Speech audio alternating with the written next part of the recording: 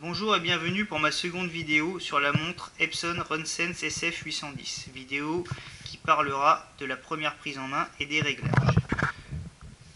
Donc lorsque l'on reçoit la montre, elle nous est livrée avec un guide de démarrage rapide et nous avions un guide intelligent qui je pense n'est pas d'origine dans la boîte, donc je vous conseille fortement de la télécharger sur le site Epson.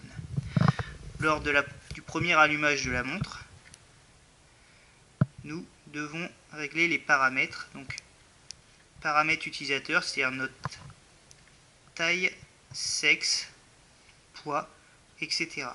Ainsi que les paramètres système, c'est-à-dire la date, l'heure, paramètres de date, etc.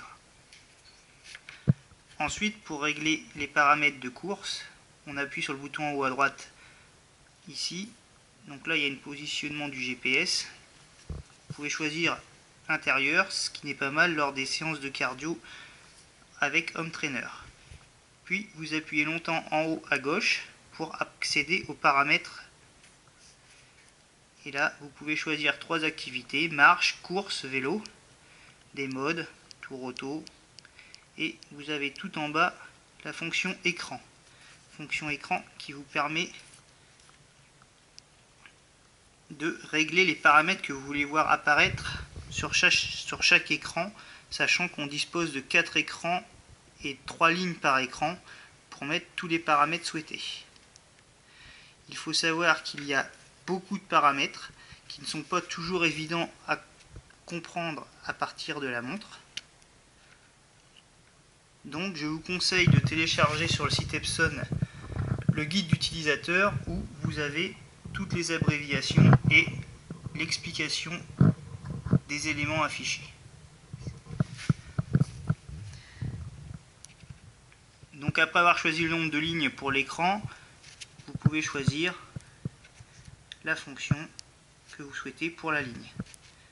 Donc là pour moi j'avais pris fréquence cardiaque. La prise en main de la montre est assez simple à l'aide des guides et au fur et à mesure aussi.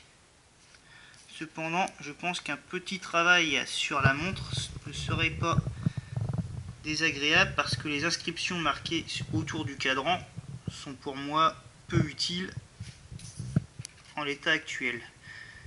Donc je vous propose une petite idée de modification pour aider à mieux comprendre les fonctions avec le bouton. Surtout qu'en fait il y a des appuis-longs qui permettent d'accéder à différents paramètres. Donc, voici la montre. Donc, le bouton en bas à gauche permet d'allumer la montre. Donc je propose un petit sigle directement sur le bouton en agrandissant le bouton. Il permet de valider, donc mettre OK, d'accéder au rythme cardiaque sans enregistrement, donc un cœur en symbole, et permet aussi de revenir à l'écran d'heure, donc back, d'une couleur différente, ce qui explique qu'avec un appui supérieur à 2 secondes, on revient sur l'écran d'heure.